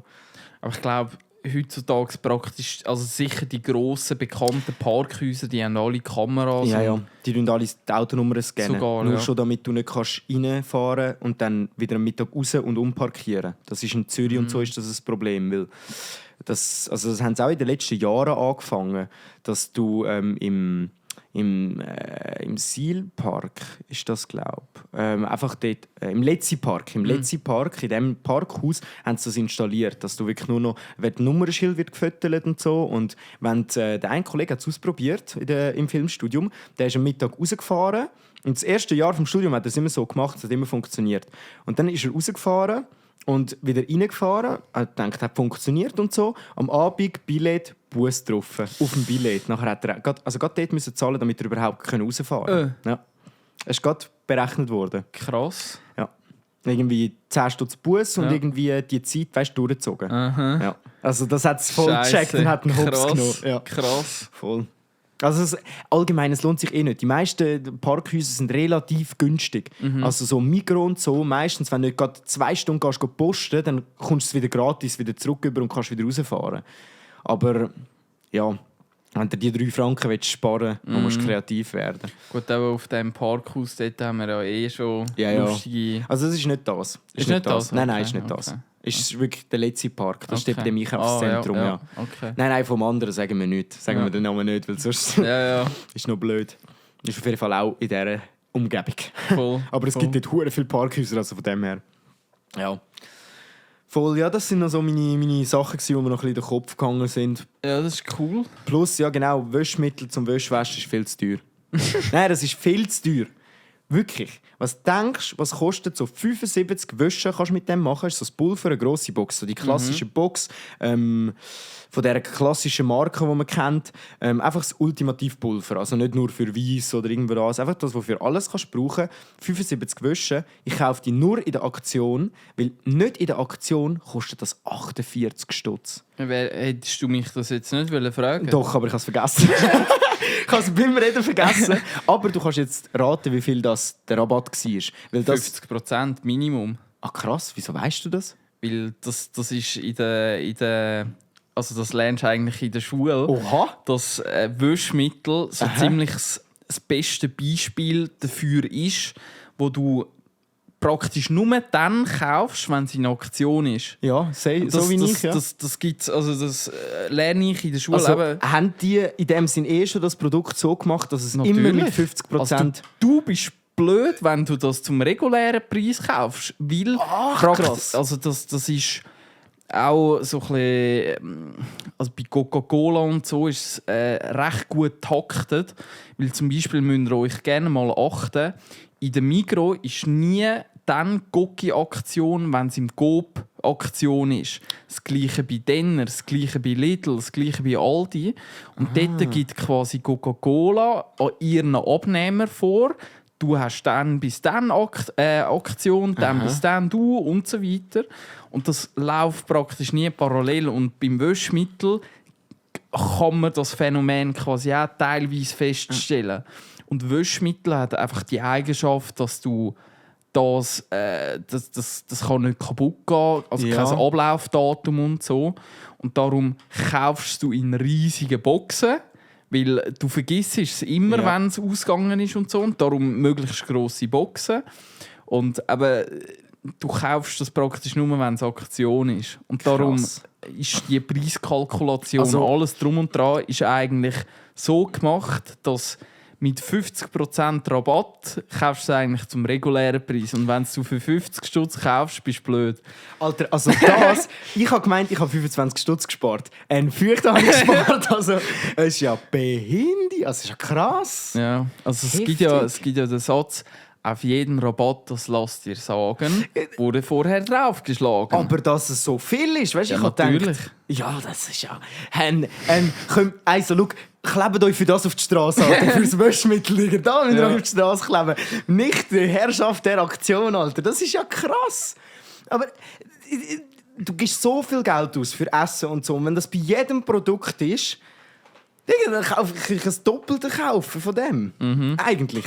Meistens. Immer. Das ist ja komplette Verarschung. Also wirklich. Das ist absolute Verarschung. Total. Ja. Übel. Darum, aber du musst es ja trotzdem kaufen. Oder du stirbst einfach, ja. Das Oder wäre die wäschst Alternative. einfach nicht. Ich meine jetzt mehr wieder Lebensmittel. Aha, Aber, ja, gut, Lebensmittel brauchst du. Ja. Da gibt es ja auch Alternativen. Das ist einfach auch teurer und so. Aber jetzt, Darum- beim Waschmittel gibt es einfach keine Alternativen auch nicht. Du musst das Spiel mitspielen. kannst du im Bach deine Wäsche waschen. Ja, 3 Stunden auf dem Stein schlagen. Ja. Im Hackbrett oder Wäschbrett. Kann ich beim Bach auch einstellen, 40 oder 60 Grad. Eco-Programm. Ja, genau, schnell. Dann siehst du mich dort. Aber darum, eben, das ist wirklich manchmal hochinteressant, wenn du den Geschäftsbericht von der Migros, vom Coop und so anschaust, wie viele 100 Millionen das die Gewinn machen im Jahr und wie zum Beispiel ein Lidl oder ein Aldi dort organisiert ist, wo die ihr Geld wirklich verdienen. Krass. Ja. Heftig. Und dann merkst du, irgendwie kann Aldi oder kann Lidl einfach irgendwie können die viel einfacher zu viel günstigeren Preisen können die das Gleiche oder fast das Gleiche anbieten wie etwas, was die Migros einfach oder bei der Migros doppelt so viel kostet. Krass. Und Lidl ist ja noch nicht so riesig lang in der Schweiz. Das sind jetzt, vor 2 Jahren sind es, glaube ich, 10 Jahre gewesen. Okay. Also die sind noch nicht wirklich lang bei uns. Krass. Und, also man muss eigentlich einfach wirklich in Lidl posten. He? In Lidl oder in Aldi. Also wenn man preiswert will posten, das ist schon immer so ein bisschen das ist schon so, aber ich gehe ja trotzdem noch in Migros.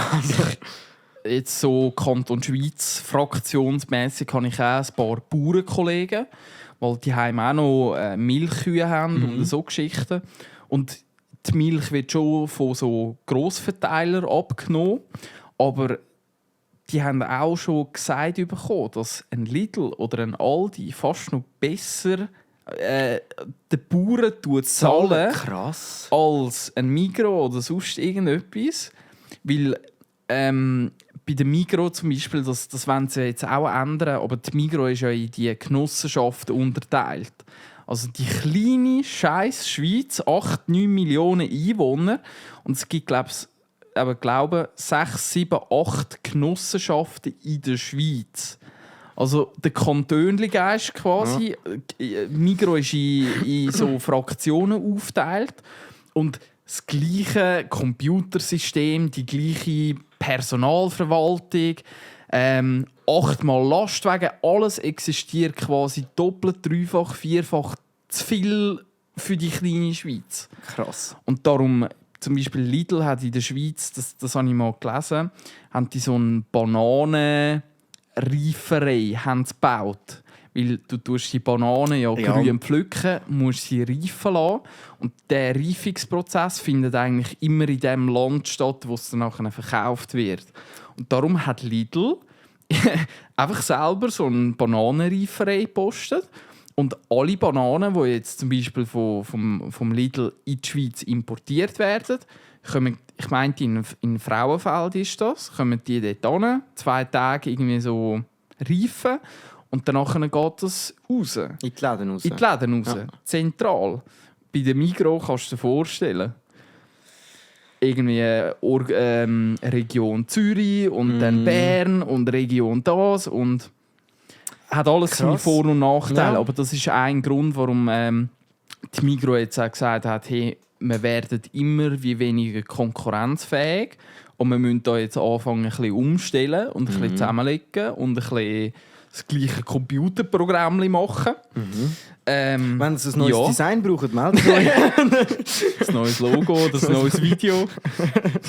Und sonst heisst die Folge nämlich Migromafia. Nein. Migromafia? Migromafia, MM. MM. Oder M-Mafia. Ich bin früher einfach ein Embryo. Nach diesem Podcast können wir nicht mehr mit Migros zusammenarbeiten. Ja, aber sie sind ja schon mal, im Video sind schon mal kurz uns haben sie wahrscheinlich nicht gerne, wenn sie uns treffen. Das ist wahrscheinlich so. Voll. Aber lustig. Ja gut, sie sind ein Big Player in der Schweiz und das schon immer, oder? Ja, und ich glaube, es gibt ja auch die jährlich so eine Auswertung von der beliebtesten Unternehmen in der Schweiz und die Migros ist dort immer einer der allerobersten Players. Und man muss auch sagen, die Migros macht ja auch viel gut. Absolut. Viel Gutes. Absolut. Mit der Gottfried Duttweiler Stiftung, mit dem Freizeitpark, den sie haben. Okay. In Adliswil ist das, glaube ich. Also es ist wie so ein kleines Goniland. Okay. Ja, kann sein, ich weiss es nicht. Ja, ich bin dort mal eben Kasperli-Theater schauen. Okay. So gut. Das ist verdammt geil. So gut. Ja, krass. Also, nein, grundsätzlich kann man schon sagen, die Migros macht auch viel gut und richtig. Und darum darf man auch sagen, Migros ist eine Mafia. Weil sie ja super viel machen. Sie haben ja einen guten Ruf, da darf man ruhig ein bisschen schaden. Nein. Ich gehe ja trotzdem mit Migros posten, also so viel können sie nicht falsch machen. Ich fühle mich ja eigentlich wohl in Migros und Coop. Aber wenn man so etwas hört, das ist ja schon, es ist überall ein bisschen das Gleiche. All diesen Märkten. So, die haben ja auch alle eigene Produkte. Also Migros, Lidl, all die haben eigene Produktlinien. Und von dem her, ja, die sind ja schon lange nicht mehr einfach nur ein Laden. Da kann man es gar nicht nur über den Laden beurteilen, habe ich das Gefühl. Ja, so. und häufig, das ist auch noch so ein kleiner Spartipp von Nils, mit dem EAN-Code könnt ihr sehr gut herausfinden, von wo das Produkt eben hergestellt worden ist. Ist auch mal bei Galileo gezeigt worden, wie das funktioniert. Ich weiss das aber aus einer anderen Quelle. Am Beispiel von auch Migros. Das ist jetzt wirklich Zufall, dass ich das gerade weiss. Aber der Migros-Budget Reis und der M-Selektion Reis kommt von der gleichen Fabrik und ist der gleiche Reis. Ja. Kostet einfach irgendwie 36 Mal mehr. Krass. Aber, und natürlich Verpackung, einmal hast du ein schönes Kartönchen mit ein bisschen Gold rundherum und das andere Mal ist es einfach der grüne Plastik. Aber der Inhalt ist der gleiche. Ja, und sie kommunizieren es ja scheinbar offen, sonst wüsstest du das nicht. Das heisst, wenn ich den anderen Reis kaufe, vielleicht das Gefühl habe, er ist mehr wert, bin ich selber der Blöd. Also so offen, ein Bekannter war eben in der Fabrik. Okay, also so offen, wie wir das da jetzt kommunizieren. Ja, das weiss man nicht. Aber siehst du, so Wissen gibt es nur im Pushcast. Nur im Pushcast. Jetzt abonnieren, überall Like drücken. Das neue Wissen. Nein, aber eben in dem Sinne mit dem EAN-Code kannst du das bei jedem Produkt herausfinden, wo das hergestellt worden ist. Bei unserem Wissen ist es wie bei den Spotify-Kunden. 25% ist richtig und 75% ist Bullshit. Und dann die 25 tragen die anderen 75. Oh Mann. Ach du Scheiße. Hey. Ich finde noch, wir müssen ein Mikrofon finden, das nicht windempfindlich ist, damit wir eine Venti aufstellen können, wenn wir Podcast aufnehmen. Das ist so warm. Ja, gut, du hast sogar noch lange Hosen. Ja, du bist auch selber schuld. Alter. Ich schwöre. Ja, aber der Summer is coming. Nicht Winter is coming. Aber es ist schön, will sich ja nicht beschweren. Grosspapi hat auch gesagt, so lang, dass er sammelt eben immer Regenwasser auf dem Balkon. Er hat sich so eine Konstruktion gebaut, wo er vom Regen rein, vom ganzen Haus sammelt er bei sich so das Regenwasser für die Pflanzen. Und er hat heute Mittag auch gesagt, er hat die letzten paar Wochen immer den Dings, aber es hat nie gelangt, er hat es fast nicht mehr gefüllt. Und es ist nicht ein grosses Fass. Das hat er schon Jahre nicht mehr gehabt. Also unser Gefühl ist schon richtig, dass das jetzt irgendwie ein bisschen wärmer und ein bisschen anhaltender ist, wie es die letzten Jahre war. Das ist schon krass. Ja. Nehmen wir so zur Kenntnis. Nehmen wir so zur Kenntnis, das ist absolut so. Aber dagegen machen, wir können weniger Auto fahren, aber Ja, das ist halt schon ein Problem. Der strukturelle CO2-Ausstoß von den grossen Unternehmen, das kannst du als Einzelner gar nicht richtig beeinflussen. Ja, das haben wir ja auch schon mal. Es ist wirklich so. Und es gibt auch die Diskussion, es hat letztens All-You-Can-Eat-Buffet gegeben, wo Bussen geben, wenn du etwas vom Teller zurücklässt. Das hast du vielleicht auch gehört. Und ist ja ein cooler Ansatz und so für die Umwelt. Aber ganz ehrlich, dann brauchst du halt einfach kein All-You-Can-Eat. Also wenn du umweltbewusst sein willst, dann braucht kein Mensch ein All-You-Can-Eat. Weil nur schon das Prinzip von All-You-Can-Eat ist ja komplett verschwenderisch. Weil du musst so viel wegrühren. Oder dann halt weitergeben und spenden. Dann finde ich also so. Dann musst du aber irgendwann aufhören zu existieren. Was willst du machen? Ich hatte einen Kollegen, der war einfach 180 Kilo schwer. Stabil. Und in Zürich hat es auch mal so ein Poulet-Flügeli-Restaurant gegeben, wo auch All-You-Can-Eat-Poulet-Flügeli haben die gemacht. Oh shit, Alter. Und der Kollege von mir und der 180 Kilo schwere, die sind immer dort zu Mittag essen. Und irgendwann hat der 180 Kilo schwere hat Hausverbot bekommen. Ja, der ist. Weil der ist pausenlos für 4 Stunden. Der ist bis am Nachmittag, irgendwie 3:30, ist der dort am Reinfuttern. Unglaublich. Und die haben die Küche extra für den müssen offen behalten und der hat dort kiloweise durchgelassen. Aber das ist ja nicht normal. Ich meine, 180 Kilo, das ist 3-mal ich. 3-mal. Und nicht einmal, und sogar aufgerundet. Also 3-mal. Der kann nicht für 3 Leute essen. Ja. Also, ja, und Pouletflügel ist halt so. Ja. Eben, und darum all you can eat. Und dann willst du dort, fängst an, ja, unsere Kunden sind der Fehler, weil die lassen etwas auf dem Teller zurück. Jo, du bietest etwas an, was komplett verschwenderisch ist. Ich finde es ja gut, dass das machen. Ich finde das auch etwas Cooles, dass du Buß zahlen oder eben etwas draufzahlen, wenn du etwas liegen lässt. Aber wenn man ganz ehrlich ist und von oben schaut, dann muss man sagen, ja okay, all you can eat ist vielleicht nicht der Punkt, wo man über Umweltfreundlichkeit muss reden oder Nachhaltigkeit. So, ja. Darum, ja. Hunger ist so etwas Spezielles in unserer Gesellschaft. Also, ja, weißt du, Hunger, wirklich Hunger, haben wir gar nicht. Nein, das in unserer Gesellschaft hast du nie existent. Hunger. Du kennst das, man isst etwas zum Mittag, um 5 Uhr kommt man heim und findet, boah, also ein Loch im Bauch, ich möchte etwas essen. Bullshit. Dein Körper, der kann auch 5 Tage, ohne dass du die Nahrung zu dir nimmst, kann der leben. Aber wir haben uns so daran gewöhnt, dass du im Kopf das Gefühl hast, ich muss jetzt etwas essen.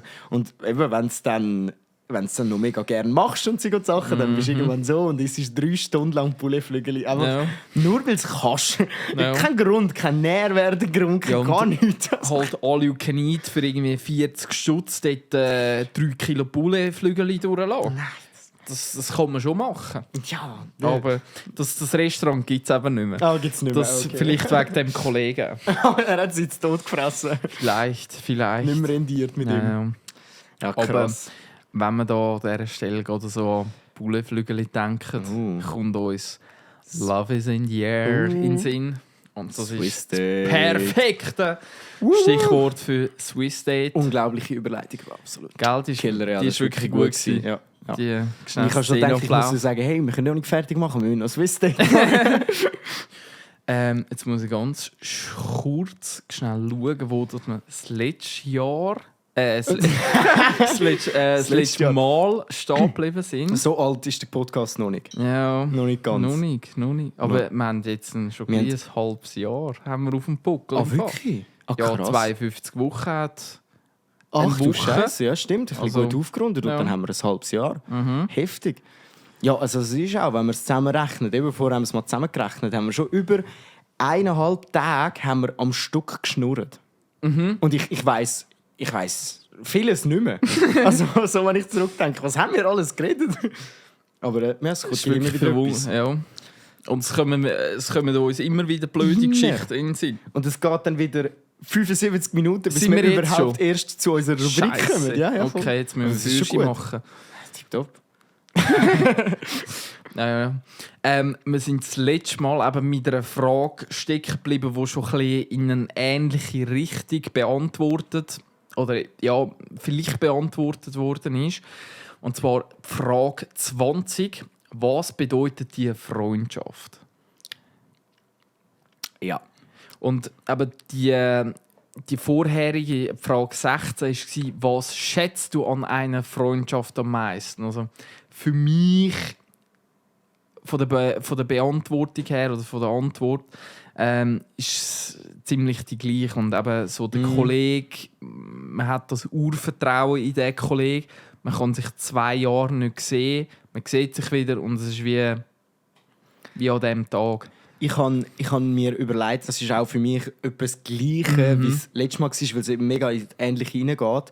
Aber ich habe jetzt, um diese Frage zu bedingseln, auch mal alle Leute reingenommen, die nicht ich jetzt unbedingt als meine Freunde würde betiteln, die wirklich Freunde sind, sondern auch Kollegen und so, wo du einfach immer mal wieder siehst. Und ich glaube, dass es dort für mich ausmacht, dass man in dem Moment, wenn man sich trifft, nur Gutes für den anderen will. Oder zumindest nur Gutes tut. Oder es ist ein Plus. Also ein Freund kann für mich auch jemand sein, den ich zwar treffe, weil ich mit ihm keine Ahnung, irgendwie am gleichen Ort Sport mache oder ich weiß auch nicht was. Und ist ja dann keine richtige Freundschaft, sondern mehr so ein Zweckding. Aber trotzdem ist der Unterschied zwischen anderen Menschen eigentlich der, dass man miteinander redet und halt einfach gut nur füreinander will und sich füreinander ein bisschen interessiert. Das ist für mich eigentlich eine Freundschaft. Man will Gutes füreinander und man interessiert sich für den anderen. Alles andere ist dann wirklich tiefe Freundschaft und Zeug und Sachen. Aber grundsätzlich, so der Grundstock ist einfach mal das Interesse und das Wohlwollen. So, aus meinem Kopf raus. Nur eben, man hat sicher auch Kollegen und Freunde, die vielleicht nicht das Beste für einen wollen. Das gibt es auch. Das ist eben mit dieser Superkraft, die wir uns... Ja, ja voll. Ja. Ja, aber Strong. grundsätzlich ja, eigentlich eine relativ ähnliche Antwort wie letztes Mal. Aber ein bisschen breiter. Weil ja, es kann jeder ein Freund werden, innerhalb von einer Stunde. Es geht nur darum, wie ist man zueinander eingestellt. Und wenn jemand einfach das, was du bist oder dich einfach scheiße findet, dann musst du auch kein Kollege sein. So, ja. So habe ich das ein bisschen abgebrochen auf das. Stark. Ja. Die nächste Frage, die wird auch noch mal interessant, weil langsam wird es intim. Langsam wird's intim. Also ja. vorher, falls ihr denkt, das war nicht intim, das war alles oberflächlich. Also diese Frage vielleicht ist jetzt wirklich sehr persönlich. Okay. Also die vorherigen Fragen sind überhaupt nicht persönlich gewesen. Ja, total. Aber die Frage ist jetzt, welche Rolle spielen Liebe und Zuneigung in deinem Leben? Relativ eine grosse, würde ich behaupten. Liebe, ich sage jetzt Liebe, betitle ich jetzt mal als Liebe von meiner Familie oder Freunde, also gute Freunde. Das ist Liebe für mich. Das bedeutet schon viel, weil das braucht es immer wieder, dass du dich mit Leuten unterhaltest, die dich gerne haben und auch du sie gerne hast. Das gibt einem selber ein gutes Gefühl. Es tut einem selber in sich selber stärken. Und sonst verbinde ich das ein bisschen mit dem Gefühl, gebraucht zu werden. Also bei mir gerade eben, ich, wo in der WG wohne mit einem 88-Jährigen, es bedeutet mir viel, wenn mir Leute ihre Zuneigung durch das zeigen, dass sie mich brauchen. Also dass ich ihnen helfe, dass ich für sie etwas machen kann. Und das ist für mich eine grosse Art von Zuneigung. Wenn jemand mit einem Problem zu dir kommt und du... Ja, wenn jemand mit einem Problem zu dir kommt, das ist für mich eigentlich der grösste Zuneigungsbeweis. So. Darum, ich denke schon, es ist ein sehr wichtiges Thema, Liebe und Zuneigung, das braucht jeder. Es kann auch ein sehr böses Thema werden, wenn du danach suchst und danach strebst irgendwie, Ja. weil dann bekommst du es nämlich auch nicht. Ja, aber grundsätzlich ist halt auch Liebe ganz nah mit Hass verknüpft und ich würde schon sagen, es bedeutet eigentlich für jeden Mensch unglaublich viel, weil wir sind Tiere oder Lebewesen, die gefühlsgesteuert sind. Auch wenn wir oft das Gefühl haben, wir sind total rational, sind wir das eigentlich, wenn man ehrlich ist, ja nicht. Man tut so viel nach Gefühl entscheiden. Es ist ja auch gut. Für etwas haben wir das Gefühl, ja. Die Angst, das Gefühl, die Liebe, das leitet uns, um zu zeigen, das ist richtig und das andere ist falsch. Und von dem her ist es ein sehr wichtiges Thema. Man darf aber eben nicht danach streben. Weil wenn du, ja, ich will jetzt Liebe von meinen Kollegen, ich will jetzt Bestätigung von meinen Kollegen, dann, egal wie lieb die Kollegen zu dir sind, du wirst die Bestätigung nicht bekommen. So. Und ich glaube, darum Liebe und das ist ein wichtiges Thema, aber auch nur, wenn du es bekommst und gibst, ohne dass das im Fokus steht. So, ein bisschen. Ich weiss nicht, was deine Gedanken zu dem sind. Ja, also vorne, wo du gerade rational angesprochen hast, ich habe jetzt in der Schule eben auch das Fach Behavior Economics und dort heisst es immer rational, irrational. Also es gibt auch um genau das Thema gibt's eine ganze Wissenschaft, wo da 1000 Studien gemacht worden sind. Wenn dir 10 Franken geschenkt werden und du hast eine Person nebendran, wie viel Prozent und so, aber das ist jetzt gar nicht die Frage. Gut, habe ich das jetzt in 3 Sätzen niedergeschrieben. Also da gibt es wirklich eine ganze Wissenschaft dazu. Aber du hast vorhin eben Zuneigung mit dem Ganzen eben in Verbindung gebracht oder benomselt. Wertschätzung würde ich jetzt dem fast noch mehr sagen. Und da kann ich glaube schon sagen, dass das in meiner Kindheit eher ein bisschen zu kurz gekommen ist.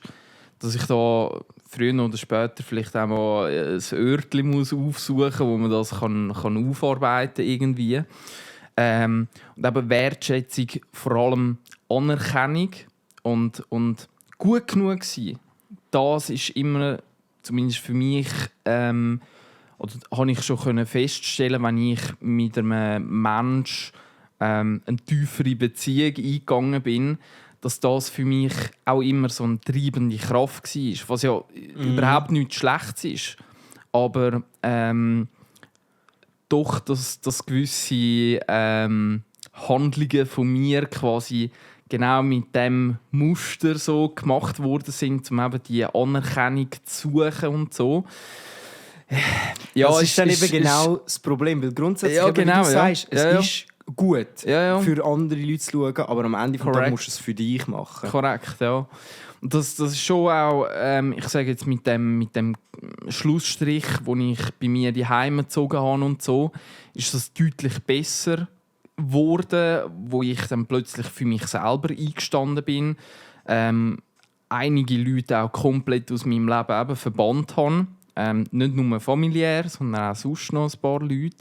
Und einfach für mich angefangen, einstehen. Und Liebe und Zuneigung. Ich muss die Frage nochmal in den Vordergrund. Welche Rolle spielen Liebe und Zuneigung in deinem Leben? Irgendwo bin ich schon etwas am Suchen, wo ich noch nicht wahrscheinlich genau weiss, was es ist. So. Aber jetzt mehr auf einer Beziehungsebene. Und das ist schwierig zum genau benamseln, was das genau ist. Ja, und es hat ja in einer Beziehung schon auch mit Bestätigung zu tun. Es ist halt dort dann auch ein bisschen das Problem, du willst ja nicht mit einer Person zusammen sein, nur weil sie dir Bestätigung gibt. Weil Bestätigung ist nur dann schön, wenn du sie auch erwidern kannst oder du vor allem auch das selber glaubst. Weil ich kann dir 100-mal sagen, hey, du bist seriös, du bist super, du bist das. Wenn du das selber nicht glaubst, ist es scheißegal. Auch wenn das die innerste Person dir sagt. Darum, es ist halt schon, wie du sagst, man sucht nach etwas, was man vielleicht noch nicht gefunden hat. Und ich bin kein Psychologe, aber ich würde behaupten, du kannst nichts finden. Du hast schon alles. Du hast schon alles, was du brauchst. Du glaubst aber, dass das nicht alles wäre und darum suchst du. Und wenn man selber einfach... Meine Mama hat immer gesagt, ich bin glücklich, wenn ich selber, so wie ich jetzt bin, könnte ich auf eine einsame Insel gehen und ich brauche keinen Mensch, der mir sagt, ich bin glücklich. Und ich glaube, das ist so ein bisschen der Ding. Es ist schön und wichtig, dass du Bestätigung bekommst, aber die grösste und wichtigste Bestätigung gibst du dir selber. Das ist nämlich zum Beispiel, ich vergleiche es jetzt bei mir mit dem Musikmachen.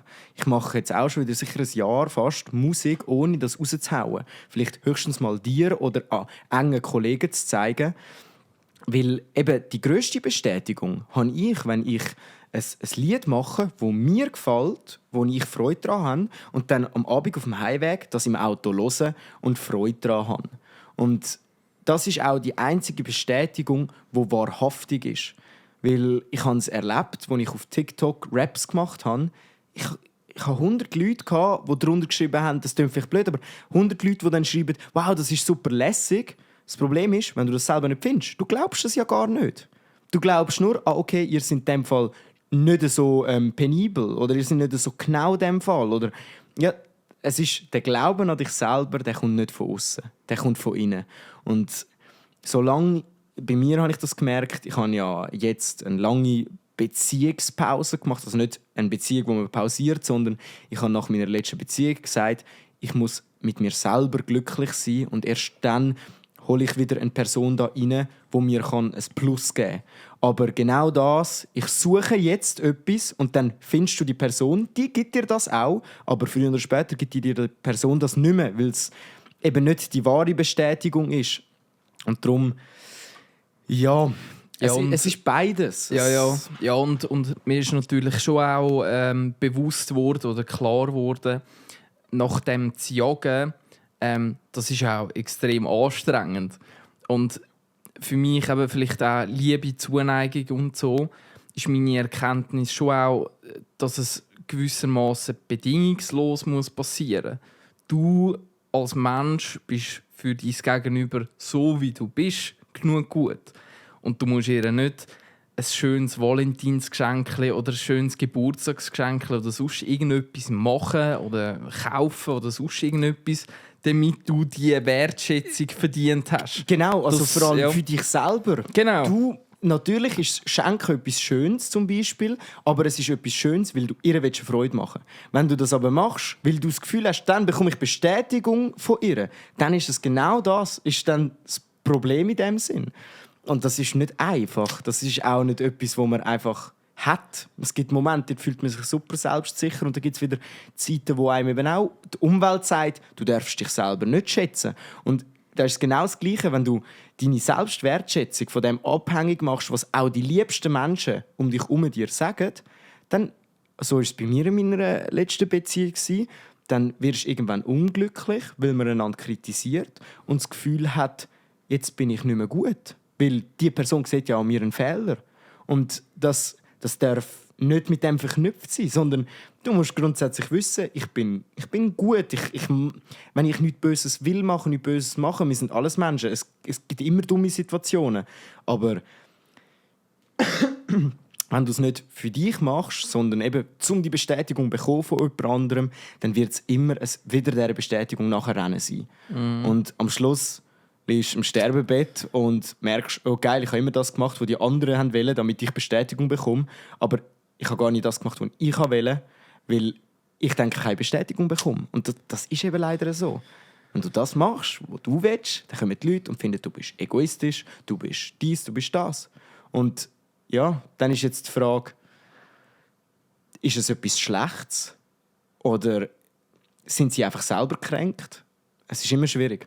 Und darum, du darfst deine persönlichen Dinge von denen aussen ab. Ich weiss, es ist viel einfacher gesagt, wie es gemacht ist. Viel einfacher. Ja. Das ist auch nicht so. Aber ich glaube, nur schon, wenn man sich dem bewusst ist, dass man kein schlechter Mensch ist oder ein guter Mensch anhand von einer Tat oder anhand von irgendetwas.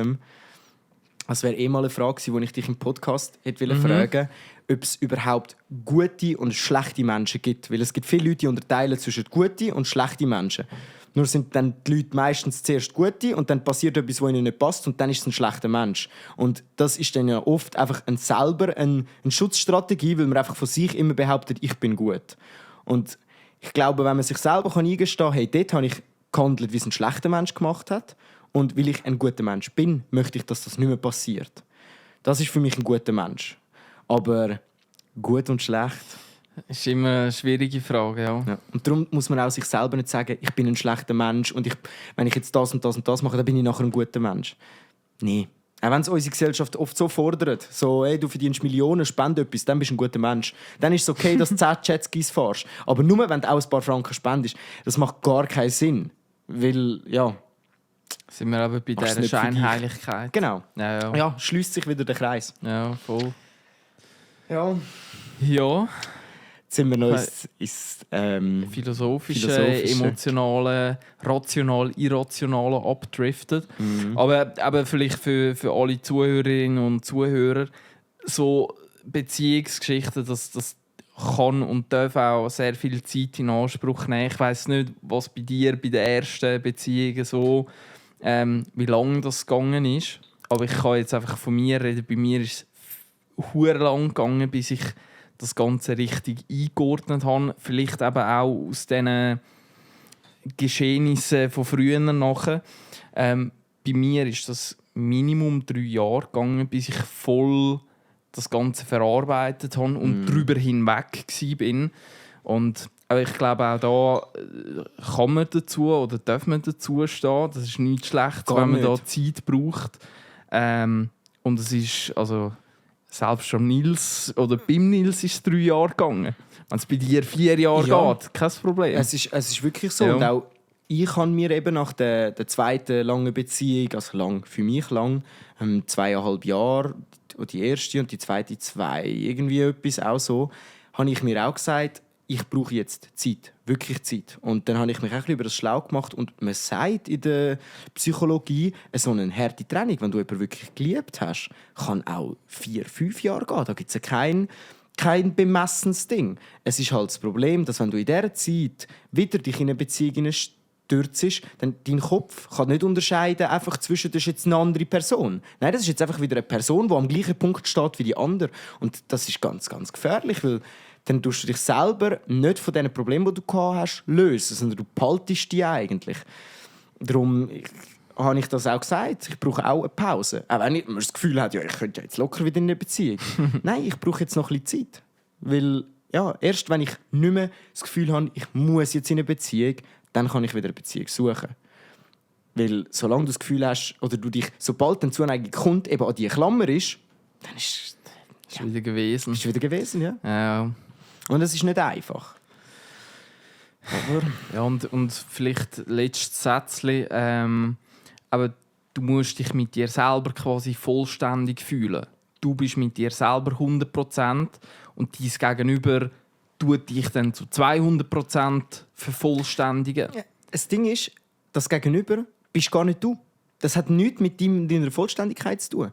Sie muss selber vollständig sein und du vollständig. Also so blöd wie es tönt, irgendwie. Aber es ist nicht 50% und 50% gibt 100, sondern 100 und 100 gibt 200%. Ja, genau. Und vor allem dann auch nur, wenn man zusammen ist. Und wenn man nicht zusammen ist, sollte man immer noch 100% haben. Und das gibt es in sehr vielen Beziehungen nicht. Und das ist auch in meiner ersten Beziehung ist das der Fehler gewesen. Wir haben beide gemeint, wir sind verliebt fürs Leben und werden uns nie mehr trennen. Ja, jetzt erklären ein Jahr später, wo man das ein Jahr lang geglaubt hat, dem 17-jährigen André, nein, es wird nicht so sein. Du wirst nicht für immer die Person lieben, sondern das Leben ist böse.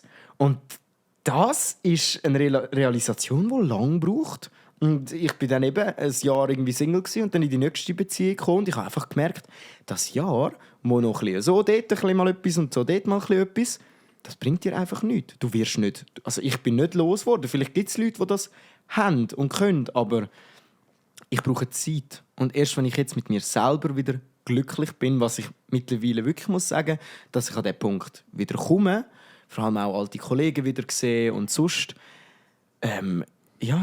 da merke ich jetzt auch gerade, ich brauche jetzt gar keine Frau. Ich brauche die Bestätigung gar nicht. Ich kann mir meine Bestätigung selber geben. Und wenn jetzt eine Frau kommt, wo ich wirklich finde, wow, das ist ein Plus, ja, dann ist es eine andere Frage. Aber das kann jeder für sich selber entscheiden. Man kann sich auch wieder in eine Beziehung stürzen. Es kann auch funktionieren. Es ist ja nicht schwarz-weiß, es kann alles funktionieren. Das sind einfach meine Erfahrungen für mich selber. Und darum, ja, lasst euch ein bisschen Zeit mit dem Zeug. Das ist wirklich so, ja. Aber unsere Zuhörerinnen und Zuhörer haben sich, glaube ich, schon zu viel, oder genug viel Zeit jetzt mit dieser Podcast-Folge wieder mal genommen. Es zwingt ja keiner. Aber nein, ja, macht, was er will. Ich behaupte jetzt auch, dass sich niemand gezwungen fühlt, das fertig zu hören. Aber es ist natürlich umso schöner, wenn ihr bis da gehört habt. Freut uns mega, wenn es auch jemand interessiert, der den Käse dazu hört. Wo ja doch eigentlich sehr innerer Käse ist, also sehr tiefgründiger Käse. Schon aus so, einem selber raus, ja. Ja. So unsere kleine Erfahrung. Hast du noch ein schönes Schlusswort? Wir haben noch, wir haben noch eine Challenge. Wir müssen ja noch eine Frage für nächste Woche. Ich habe gerade gemeint, so Eisbacker-Challenge oder irgendwie Im so. Podcast. Im Podcast. Hörst du das Wasser? Ja, das ist der Kurzschluss, wie es die Sicherungen alle raustatscht. Die nächste Frage wäre: Sagt euch abwechselnd, welche positiven Charakterzüge euer Gegenüber hat. Nennt insgesamt 5 positive Eigenschaften. Das will, ja. Nächstes Mal wird ein bisschen geschmeichelt. Jetzt sind wir an den spannenden Fragen an. Aber ich habe gesagt, es wird langsam intim. Ja, es wird wirklich langsam intim. Ja. Finde ich gut. Ich weiss, ja, das müssen wir dann das nächste Mal schauen, wie fest intim das noch wird.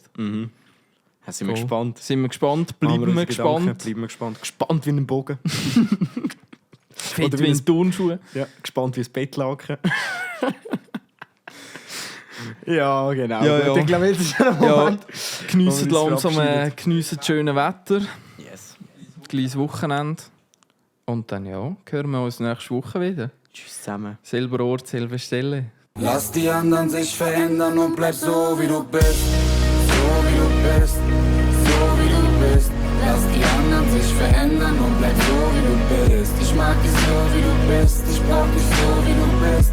Lass die anderen sich verändern und bleib so wie du bist. So wie du bist. So wie du bist. Lass die anderen sich verändern und bleib so wie du bist. Ich mag dich so wie du bist. Ich brauch dich so wie du bist. Lass die anderen sich verändern und bleib so.